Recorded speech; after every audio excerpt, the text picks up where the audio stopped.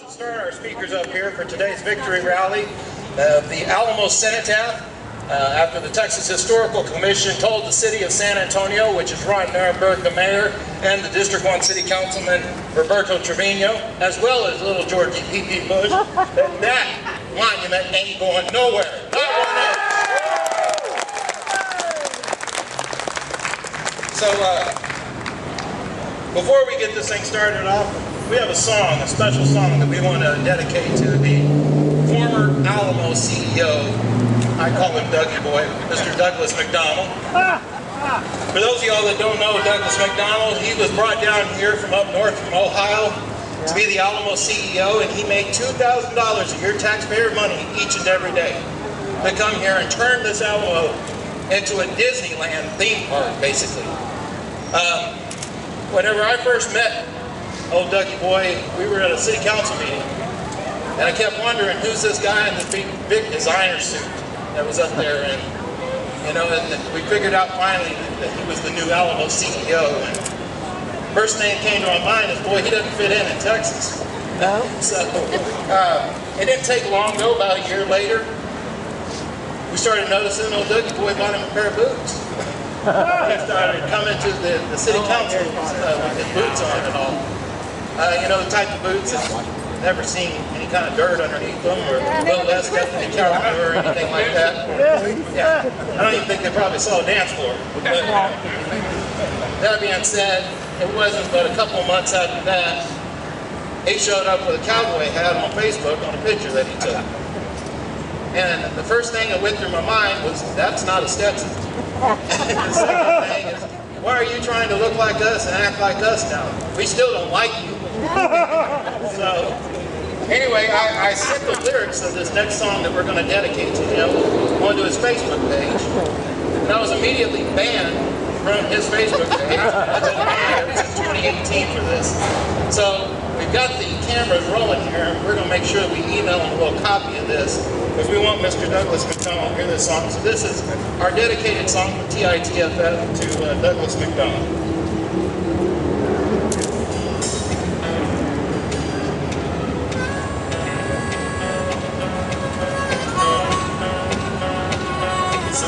Welcome to Texas. So we took up that battle to save the Alamo Cenotaph from being removed. And that started off with the city of San Antonio. During the end of 2017, we held several rallies down here, because one of the big things that we had problems with was the fact that not of people knew what was going on with the Alamo. And our main objective at that point was to make sure that every Texan in the state of Texas knew exactly what was happening, because it was a tragedy. I mean, to let them do what they wanted to do to this Alamo, and especially the Cenotaph, was just egregious. And so, 2018, we started off in the city. We attended over 89 meetings, city council meetings, Alamo advisory meetings, Alamo trust meetings, Alamo road shows, following them around Texas. We attended each one of these. Myself, our director Ramon, our director Joanne over here, our vice president Lamar, and many of our TITFF members were all present, and even Randy came in from Houston for several of them that year, and we gave them a piece of our mind. Unfortunately, we thought we had it. You know, we had 4 council members that told us that, yeah, you've won our vote over. Councilman Courage was actually one of them that did say that. Brockhouse was another. Now, whenever Brockhouse came up for the day of the vote, he walked up to myself, our vice president, Ramon, and he said, just to let you know, I'm going to vote for this plan, because it's a lot of money, and we need the money. And we couldn't understand why. We felt betrayed, first of all, and then, you know, secondly, that he would give in to, you know, he was supposed to be the only conservative, really, on the council other than Perry. So why would he give in to this? And unfortunately, he did so. So at that point, we started reaching out, because we knew that they voted, all except for 2, Councilman Perry, Councilman Courage, voted against the plan.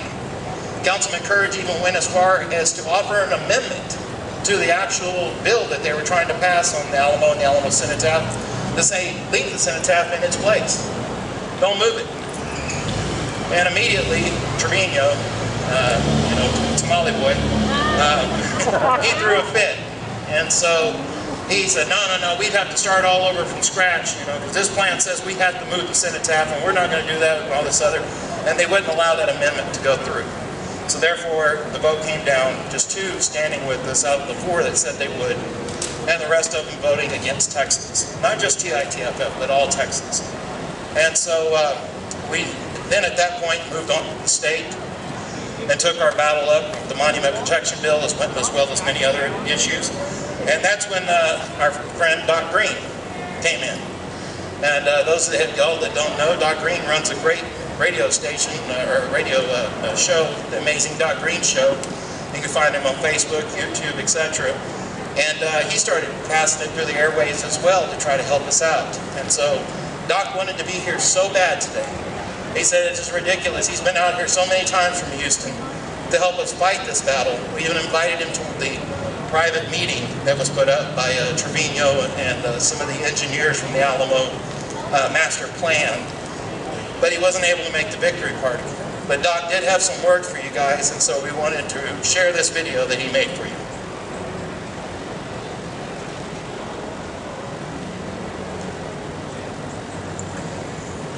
Greetings, fellow Texians. I'm here today because I could not be here in person. I'm so sorry that I had a previous engagement, but I'm so happy to join you via video. Ladies and gentlemen, the Battle of the Alamo did not end in 1836. It's been fought multiple times. In the early 1900s, Clara Driscoll and Adina de Zavala were both instrumental in keeping the Alamo as we have it today. And yet again, we find ourselves fighting this battle. Little Georgie P.P. Bush as chairman of the General Land Office. And then we've got Trevino on the city council here in San Antonio. These guys hate Texas. They hate what we stand for. They are trying to get us into the New World Order. No matter where you go in the world, if you show somebody a picture of the facade, just the outline of the Alamo, Japanese children, Russian children, Chinese children, they all know what that means. It stands for liberty. Texas has a reputation, whether deserved or not, as the birthplace of that liberty on the North American continent. We have to preserve our history. Jorge Santillana said it best. He said, if we fail to remember our history, we are doomed to repeat it. Ladies and gentlemen, it is not going to be possible for the New World Order to take over with their one world globalist government as long as there are Texians that are willing to stand up for individual human rights, for a constitutional republic. They fought against a dictatorial government under Santa Anna. And today we fight against a dictatorial government under some globalist mentality, some great leader named Baphomet, perhaps. Ladies and gentlemen, the battle is not over. Finally, let me just say this. This is Texas Freedom Force. Single-handedly defended the Alamo again against 4,000 people that were intent on its destruction, calling it a monument to racism. They intended to deface it. And when the city could not defend it, when the Texas Rangers could not defend it, this is Texas Freedom Force stepped up and linked arms and defended against that overwhelming mob. So it stands here today. I am grateful to everyone in This is Texas Freedom Force for your sacrifice, and I thank you for what you have done. I want to thank all of my friends and listeners. God bless all of you, and God bless Texas. Thank you very much, Doc. And like I said, he really wanted to be here today.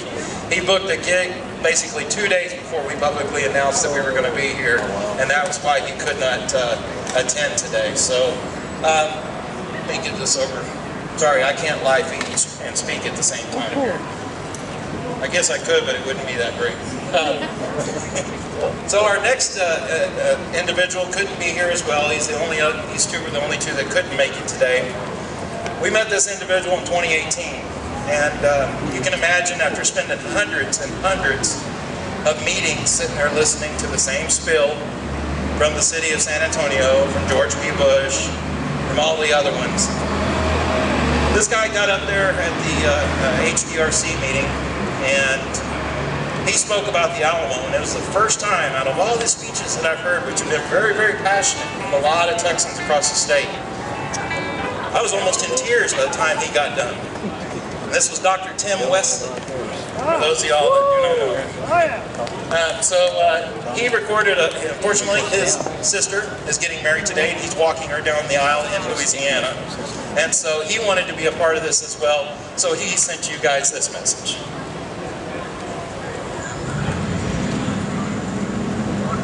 Hello. I hope you all are having a wonderful time. My name is Dr. Tim Westley, and I'm just excited about what's taking place with you all. Unfortunately, I can't be with you all today because by this time, I'm in Louisiana for a wedding. But I do want to. Okay, let me turn up the volume again on this.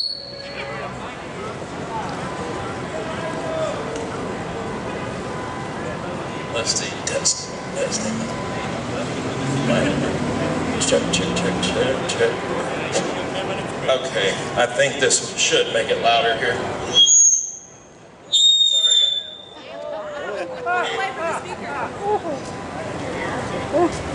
okay, try to start it over again.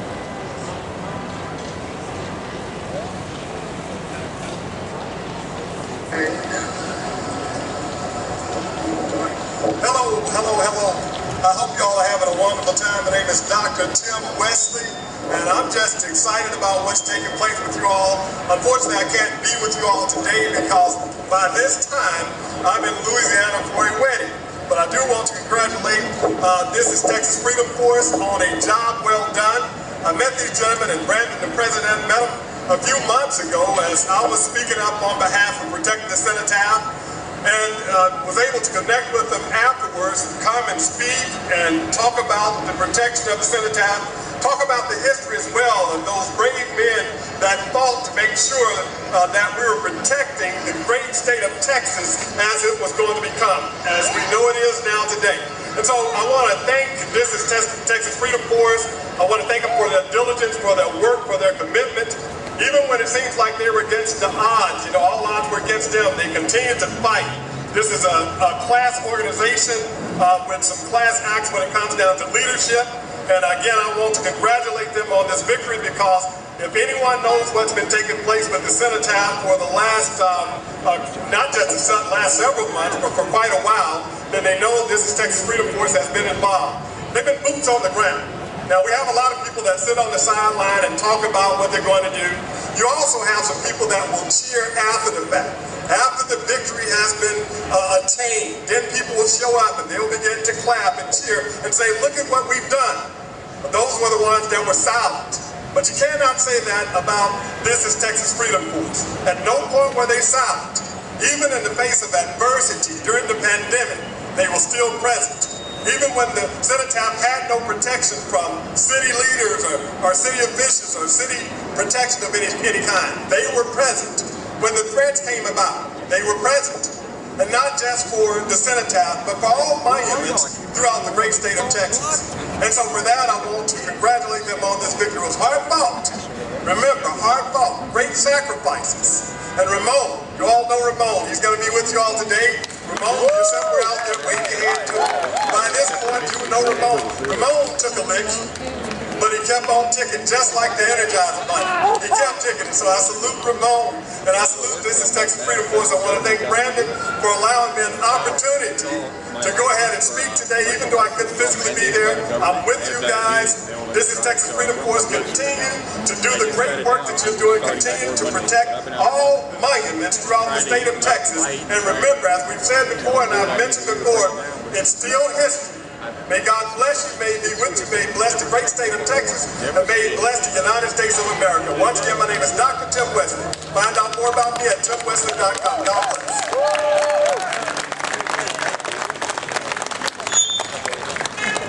Dr. Westley is a class act. I mean, this is a great guy. We're trying to convince him to run for governor or something. we had somebody like that, we'd have somebody that speaks up instead of Abbott, who's remained quiet about the Cenotaph this whole entire time. So we're going to move on to our next speaker. I'm going to put him out here until I can adjust it, but next speaker, y'all might know him by El Conservador, is Mr. George Rodriguez. So come on up here. You got it. Thank you very, very much. You know what's really, really interesting about our gathering today is that there's several of us who are here of Latino, Hispanic, I'm not sure what they call us, Latinos, Hispanics, of Mexican, whatever, descent. Because the battle for freedom, my friends, whether it's Texas freedom or American freedom, it's not about race. Right. It's not about ethnicity. It is about an idea. And that is something the Democrats just don't understand. That is something that the City Hall people don't understand. The liberals at City Hall just don't get it.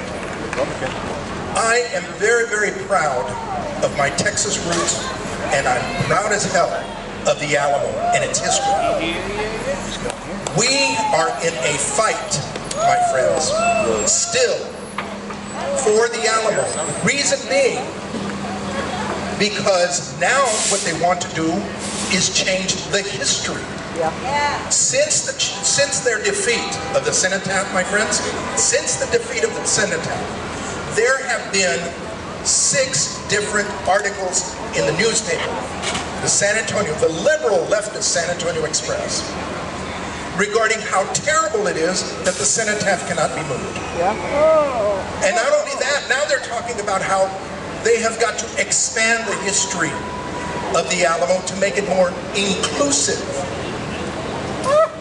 Now, when you talk about inclusiveness, my friends, it sounds real nice, but the reality of it is, what they want to do is they want to water down the history, the battle of 1836. If you're not going to talk about the battle of 1836 at this site, my friends, then we may as well just turn Pearl Harbor into just another resort. We may as well just talk about Valley Forge as just another pastoral place. We may as well just talk about Gettysburg as just another farm community.